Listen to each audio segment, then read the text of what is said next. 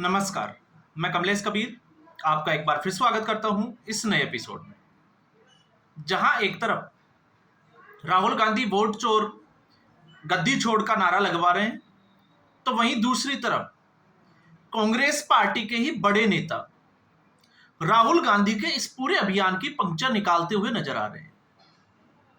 और क्यों निकाल रहे हैं, उसके पीछे क्या खेल चल रहा है, उन सब का हम इस पूरे वीडियो में एक सटीक आकलन करने की कोशिश करेंगे।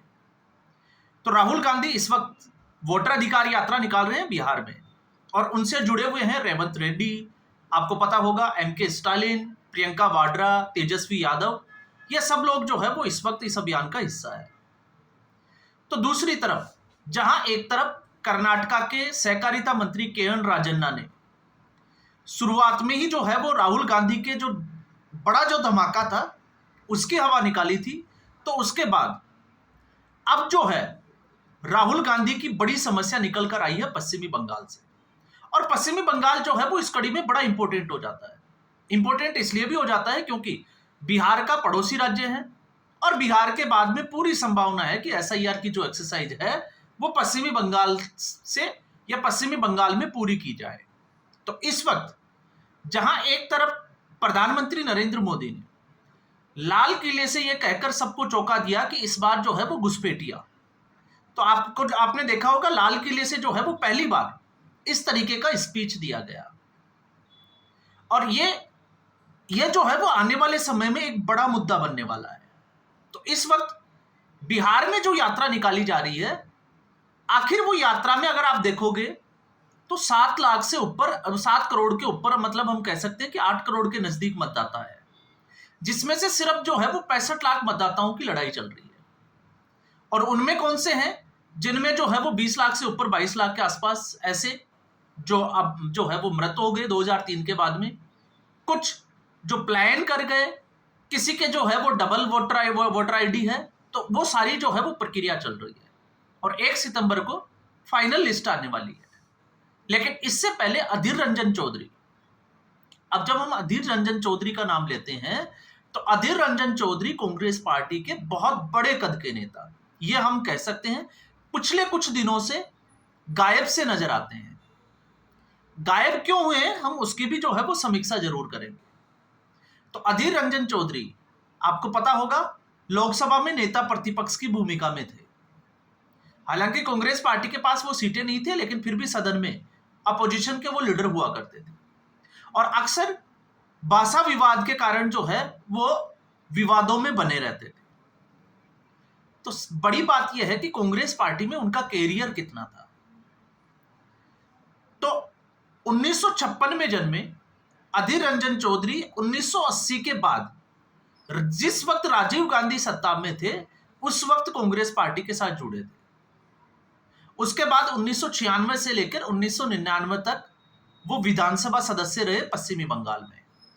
और उसके बाद आप अगर देखोगे तो उनका ट्रैक रिकॉर्ड है 1999 से लेकर लगातार 2024 तक लोकसभा सदस्य रहे। तो लगभग 30 साल से ज्यादा का समय कांग्रेस पार्टी के साथ गुजारा। 2024 के लोकसभा चुनाव में, क्योंकि अगर आप देखोगे पश्चिमी बंगाल की स्थिति को, तो पश्चिमी बंगाल में स्थिति यह है कि कांग्रेस पार्टी के कार्यकर्ताओं को या भारतीय जनता पार्टी हो, इन दोनों के ही कार्यकर्ताओं को जो है उनके घर जलाए जाते हैं, उनको पीटा जाता है। इस तरीके की खबरें जो है वो बम फोड़ना, ये बहुत सारी खबरें जो है वो चुनावों के समय पश्चिमी बंगाल से पूरा देश जो है वो देख रहा होता है। तो जब लोकसभा चुनाव हुआ था तो अधीर रंजन चौधरी ने इस मुद्दे को लेकर एक बड़ा हमला बोला था ममता बनर्जी की सरकार पर। और उस वक्त भी ये बयान आया था अधीर रंजन चौधरी का कि ममता बनर्जी ने लाखों फर्जी वोटर बना रखे हैं जो सिर्फ और सिर्फ ममता बनर्जी के लिए काम करते हैं। और ये उस समय की बात है जब राहुल गांधी एक सपना देख रहे थे, और सपना यह था कि उन्होंने इंडिया अलायंस की अगर जीत होती है तो प्रधानमंत्री पद जो है वो उनको शायद मिल जाएगा। और उसमें बड़ा रोड़ा कौन थे? बड़ा रोड़ा थे नीतीश कुमार, जो पहले ही वो छोड़ के चले गए थे। और फिर बात आती है ममता बनर्जी की। तो ममता बनर्जी ने अचानक से मल्लिकार्जुन खड़गे का नाम उछाल दिया था। तो ये उस दौर की बात चल रही है। तो उस दौर पे ममता बनर्जी के जो कैंडिडेट थे, क्योंकि अधीर रंजन चौधरी की सीट थी बहरामपुर, और बहरामपुर में लगभग 85,000 मतों से हार का सामना देखना पड़ा अधीर रंजन चौधरी का, क्योंकि कांग्रेस पार्टी ने उनका साथ नहीं दिया। और आप मानकर चलिए अगर कांग्रेस पार्टी उनका साथ देती तो शायद उस वक्त जो है वो अधीर रंजन चौधरी, अगर आप अधीर रंजन चौधरी का बैकग्राउंड देखोगे पश्चिमी बंगाल में, तो पश्चिमी बंगाल के लोगों के लिए वो बड़े लीडर है। तो कम से कम 4 से 5 सीटें जो है वो अधीर रंजन चौधरी निकाल सकते थे। लेकिन ऐसा नहीं हुआ। क्यों नहीं हुआ? क्योंकि राहुल गांधी का जो प्रधानमंत्री पद है उसके लिए किसी को भी बलि का बकरा बनाया जा सकता है कांग्रेस पार्टी में, यह अवधारणा जो है वो अपसेट हो चुकी है। तो अब ऐसे समय में अधीर रंजन चौधरी के एक वीडियो ने फिर धमाका कर दिया, और इस बार जो धमाका किया वो ये है कि 35 से 40 लाख वोटर जिनको वो जानते हैं, वो बता सकते हैं, उनका दावा है वो ममता बनर्जी के लिए फर्जी वोटर है। तो अब सवाल ये उठता है कि क्या एक तरफ जहां प्रधानमंत्री नरेंद्र मोदी के ऊपर राहुल गांधी हमला बोल रहे हैं, क्या ममता बनर्जी के खिलाफ भी वो हमला बोल सकते हैं इस तरीके का? और ममता बनर्जी किसी भी तरीके से जो है वो राहुल गांधी के पक्ष में नहीं है, और राहुल गांधी प्रधानमंत्री बनने इसके तो जो है वो कतई फेवर में नहीं है। भारत जोड़ो न्याय यात्रा हमने देखी, और उसी वक्त लोकसभा का जो चुनाव था उसमें ममता बनर्जी ने सीधे 2 सीटों के अलावा और 2 सीटें देने को भी तब तैयार हुई जब वो उनका ये था कि कांग्रेस पार्टी से सोनिया गांधी उनको फोन करें। तो फिर सवाल यह है कि आखिर राहुल गांधी की चों तक क्यों नहीं निकलती ममता बनर्जी के सामने? तो आप जरा एक बार जो है वो इस पूरे वाक्य को सोचकर देखिए, क्योंकि जब हम भारतीय जनता पार्टी की 2019 के लोकसभा सीटों में जो है वो बढ़ोतरी देखी और 2022 के विधानसभा सीटों में कटौती हुई भीड़ आने के बावजूद, तो हमने आकलन किया था कि टीएमसी ने जिस तरीके से बूथ लेवल तक, ग्रामीण स्तर तक जो अपनी जड़ें जमाई है, तो आज भी वहां जो दूसरी पार्टियों के लोग हैं वो डरते हैं, उनमें इस तरीके का डर का माहौल है। और कई वीडियो में हमने इसको जो है वो विस्तार से बात की है। तो फिर कांग्रेस पार्टी जो है वो इस तरीके की हिम्मत पश्चिमी बंगाल में क्यों नहीं दिखा पा रही? अब आप इसको बिहार के संदर्भ में देखिए।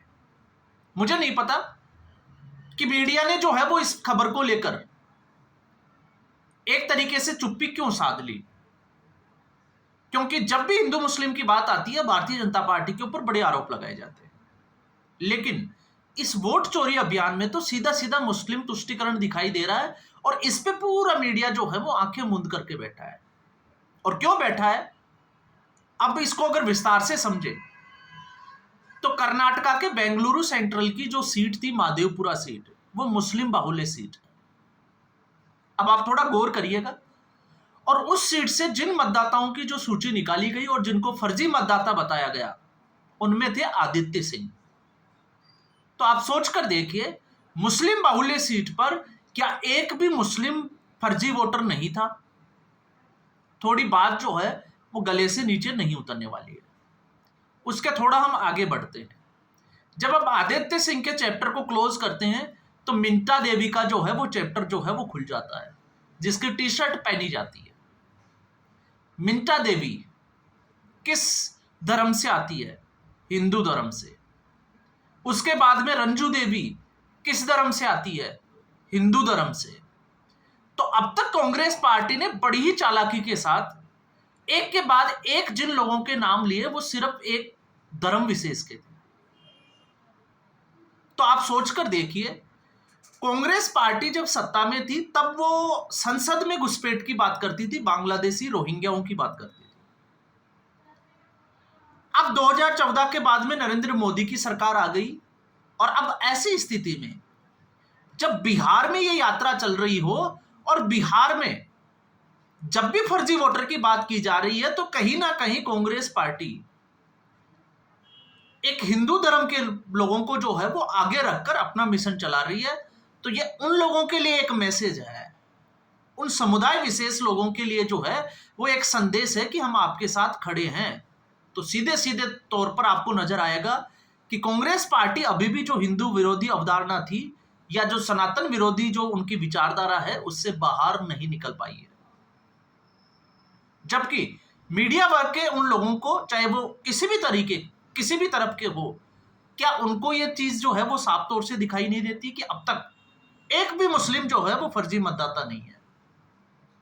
तो आपने देखा 2006 से 2008 तक कांग्रेस पार्टी ने किस तरीके से, चाहे वो मालेगांव का ब्लास्ट हो, इसके अलावा चाहे वो ट्रेन में विस्फोट हो दूसरा वाला, आप एक के बाद एक कड़ी जोड़ के देखोगे तो अजमल कसाब तक अगर आप आओगे तो कलावा बांधा हुआ था और उसकी एक हिंदू आइडेंटिटी थी। तो सीधे तौर पे कांग्रेस पार्टी ने हिंदुओं को टारगेट करना शुरू किया था, हिंदू आतंकवाद की थ्योरी गढ़ी, भगवा आतंकवाद आप कह सकते हो या सेफ्रॉन टेररिज्म कह सकते हो।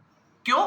क्योंकि कांग्रेस पार्टी को ना तो जो है वो यासीन मलिक दिखाई दिया जो प्रधानमंत्री आवास में खाना खाने आता था, चाहे उसके ऊपर जो है वो हिंदू प्लान जब कश्मीर से किया उस वक्त जो है वो चाहे एयरफोर्स के जवानों को मारने का आरोपी क्यों ना हो। इसके अलावा चाहे वो मुंबई का ब्लास्ट हो, चाहे फिर उसके बाद गुजरात का हो, फिर चाहे अक्षरधाम, ऐसे बहुत सारे जो सीरीज में है एक भी जो है वो मुस्लिम व्यक्ति का नाम सुनाई नहीं दिया, सिर्फ और सिर्फ सेफ्रॉन आतंकवाद के अलावा। तो आज भी वही स्थिति जो है वो दोहराई जा रही है। इनको लगता है कि अगर वो ऐसा करेंगे, क्योंकि आज अगर राहुल गांधी ममता बनर्जी के ऊपर हमला करते हैं तो सीधे सीधे ये मुस्लिम समुदाय को टारगेट करने वाली बात होगी, रोहिंग्याओं को, बांग्लादेशी घुसपैठियों को टारगेट करने की बात होगी। और इससे राहुल गांधी एंड कंपनी को यह डर है कि कहीं उनका जो वोट बैंक है वो उनके हाथ से खिसक नहीं जाए। और अगर इतना होने के बावजूद अगर कोई हिंदू और सनातनी जो है उसमें अगर बदलाव नहीं आता है, वो अगर इसको नहीं देख पा रहा है, तो फिर ये बात वही हो गई कि आप जो है वो दिखते हुए भी कबूतर की भांति जो है वो आंखें मूंद करके बैठे हैं कि इस देश में जो है वो किस तरीके का खेल खेला जा रहा है। मुद्दा वही है, फर्जी वोटरों की बात है। तो अधीर रंजन चौधरी जो कांग्रेस पार्टी का ही एक नेता है, जब वो ये कहता है कि 35 से 40 लाख फर्जी वोटर जो है वो ममता दीदी ने तैयार कर रखे हैं, तो आप सोच कर देखिए, ममता बनर्जी के ऊपर हमला बोलने का मतलब सीधे सीधे मुस्लिम मतदाताओं को नाराज करना। और बिहार में भी ये वही खेल चल रहा है, उन्हीं जिलों से जो है वो यात्रा निकाली जा रही है जो मुस्लिम बाहुल्य है, लेकिन लोगों के सामने किन लोगों को रखा जा रहा है ये बड़ा इंपॉर्टेंट है। और मुझे लगता है कि हर देशवासी को इस पे जो है वो पैनी नजर रखनी चाहिए और देखना आने वाले समय में भी किसी एक भी मुस्लिम मतदाता को कांग्रेस पार्टी फर्जी मतदाता कहकर जो है वो रिप्रेजेंट नहीं करेगी। इसमें सिर्फ और सिर्फ जो है वो हिंदू समुदाय के लोग ही होंगे, जिनको अब वो रंजू देवी हो सकती है, आपकी मिंता देवी हो सकती है, या फिर आदित्य सिंह हो सकता है।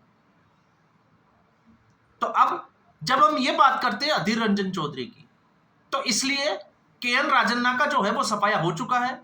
अब लगता है कि शायद अगली इसी कड़ी में जो है वो अधीर रंजन चौधरी का नंबर आने वाला है। तो ये जो खेल है पश्चिमी बंगाल में जो चल रहा है, इसको लेकर आपका क्या विचार है? और पश्चिमी बंगाल में एक थ्योरी जो हमने पढ़ी है कि बांग्लादेशी घुसपैठिए जो है क्राइम करते हैं और शाम को बांग्लादेश लौट जाते हैं। तो डेमोग्राफी जब चेंज करने की बात आती है तो इस पे मैंने जो है वो कई बार वीडियो बनाए हैं, और किसी दिन फुर्सत में जो है वो बड़े विस्तार से एक बार फिर जो है वो हम वीडियो बनाने की कोशिश जरूर करेंगे। तो आज का एपिसोड में बस इतना ही। उम्मीद करूंगा वीडियो एपिसोड आपको पसंद आया होगा। वीडियो को लाइक करें, शेयर करें, चैनल जरूर सब्सक्राइब करें। धन्यवाद।